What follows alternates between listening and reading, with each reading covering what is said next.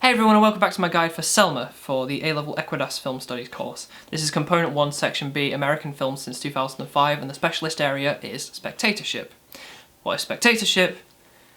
Here's the same clip that you've probably already seen twice now. What is spectatorship?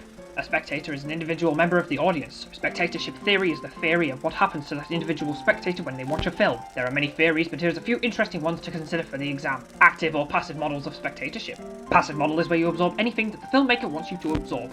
Film tells you to be sad, you be sad. Film tells you to laugh, you laugh. Active model is the spectator engaging with the film and being urged to personally interpret it based on you as a person. Film says laugh at the funny child and you cry uncontrollably because you lost your child in a blimp crash and you miss them every day. Reception theory. Different readings of a text are gathered based on the situated culture of the spectator. There is 5 total readings. Preferred reading. The response that the filmmaker wants you to have. Dominant reading. The spectator understands the text and takes on the preferred reading. Negotiated reading. The spectator understands the text and takes on some of the preferred reading while modifying some parts to fit their own slightly different reading. Oppositional reading. The spectator understands the text but completely disagrees with the preferred reading and rejects it. Aberrant reading. The spectator is a fucking idiot and doesn't understand the text. Here's some theories related to gender which I call the 4 feminist theories. Number 1. The ways of seeing. Men act and women appear. Men are attracted to the erotic passive female form in films. Thus, men are doing the looking while women are there to be looked at for the male sense of ownership. Number 2. Stargazing. Female spectators look to female stars for a sense of identity. Number 3. Male gaze. The theory that cinema is designed to meet the needs of the heterosexual male, and thus the sexualized depiction of women is created. Essentially, the camera is tread like the eyes for a male audience, but as a consequence of this, women also see themselves and other women through these eyes, and begins to influence the way they see themselves. Number 4. The female gaze. The opposite is beginning to be true in some cases where the males are sexualized for the heterosexual female enjoyment. Back onto normal theories, we have focalization. The perspective in which the narrative is presented. Does the film latch onto a particular character and show you exactly what they experience? Or is there a random cutaway to tell you that the villain is right under the table? You get the point. Alignment and allegiance. Alignment is where we follow a character with them on their journey. Winter's Bone creates alignment with Ree, Selma creates alignment with Martin Luther King, and Toy Story 3 creates alignment with the Holocaust. Allegiance is where we feel as though we are on a character's side. Emotional contagion. Humans are naturally empathetic creatures, so if we see a character express a particular emotion, we will also feel said emotion. This has been my quick overview of spectatorship theories. Back to the video.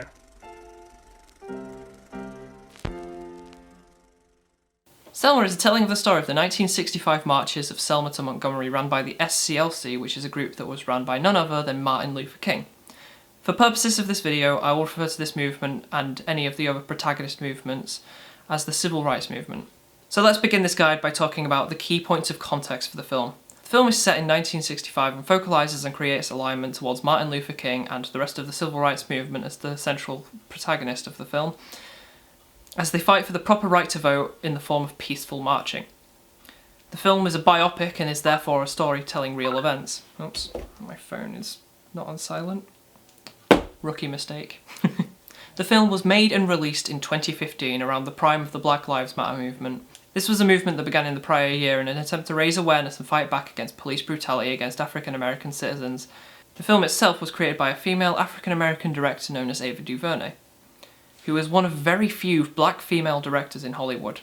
Another key thing to note is that the rights to Martin Luther King's life, stories and speeches are actually owned by Steven Spielberg, which is maddening to me, but it's just something that happens.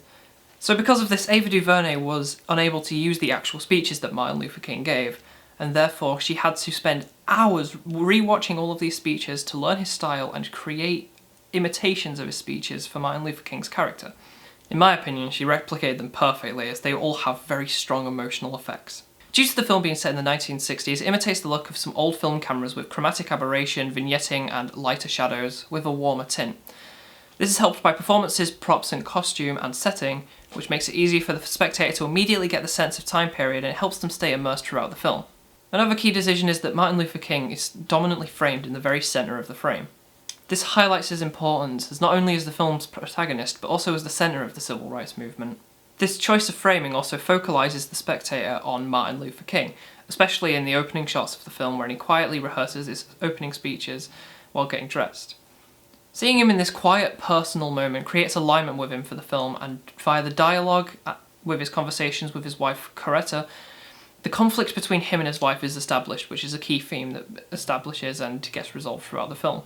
Alignment is created in these initial scenes, but it's when Martin Luther King gives his empowering speeches that allegiance is created, as he speaks on a personal level in such a way that empowers other characters and thus the spectator via emotional contagion.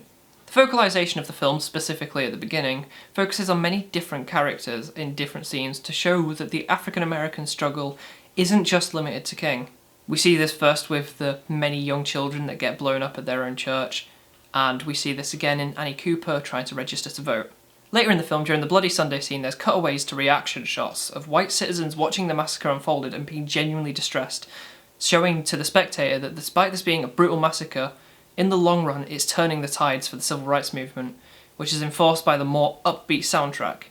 The soundtrack was used for this reason as it creates a bit of a juxtaposition because visually you're seeing such a brutal, awful massacre.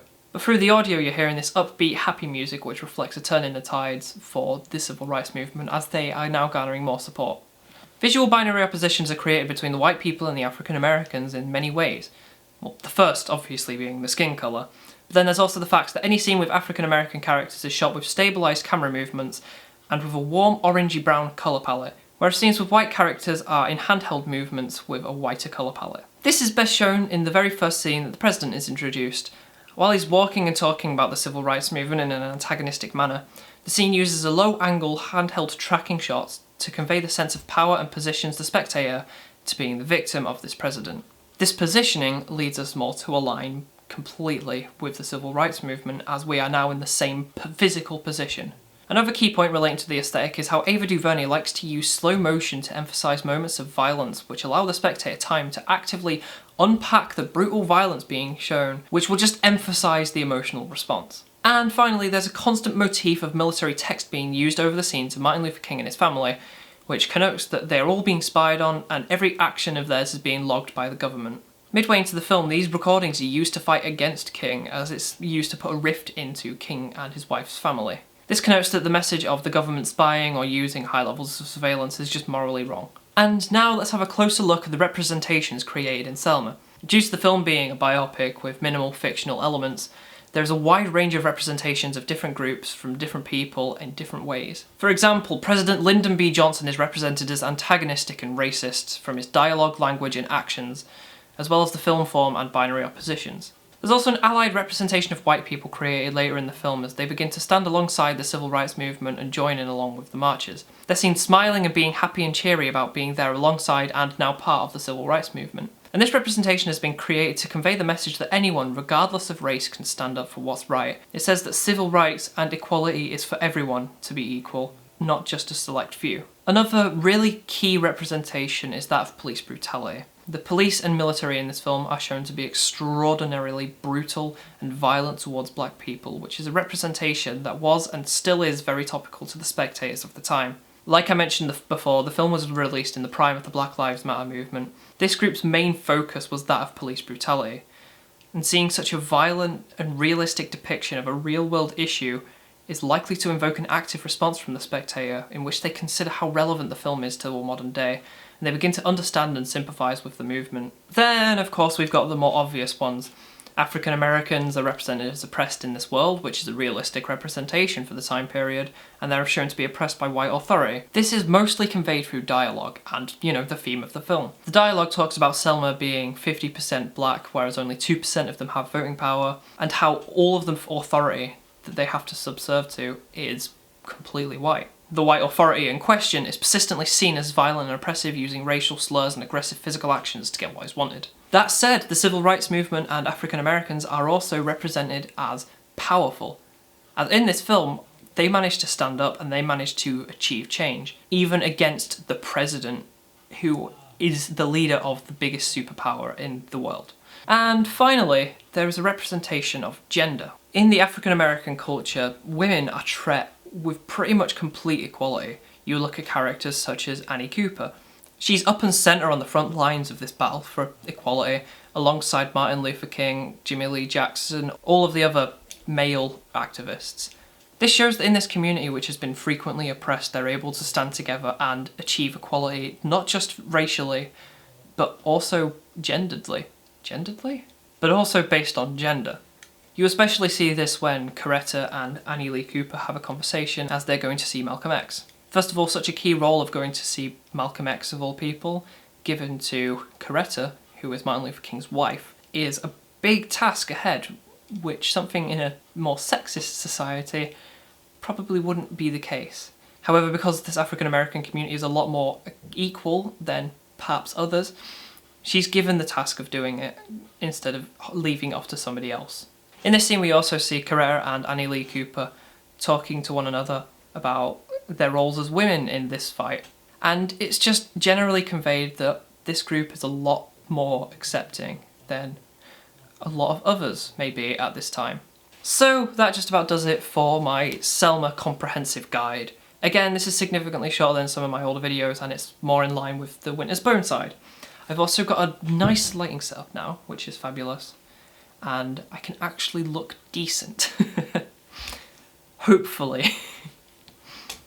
So anyway, thank you for watching. Sorry about the delay to get these out. I took a break over Christmas and now I'm catching back up again.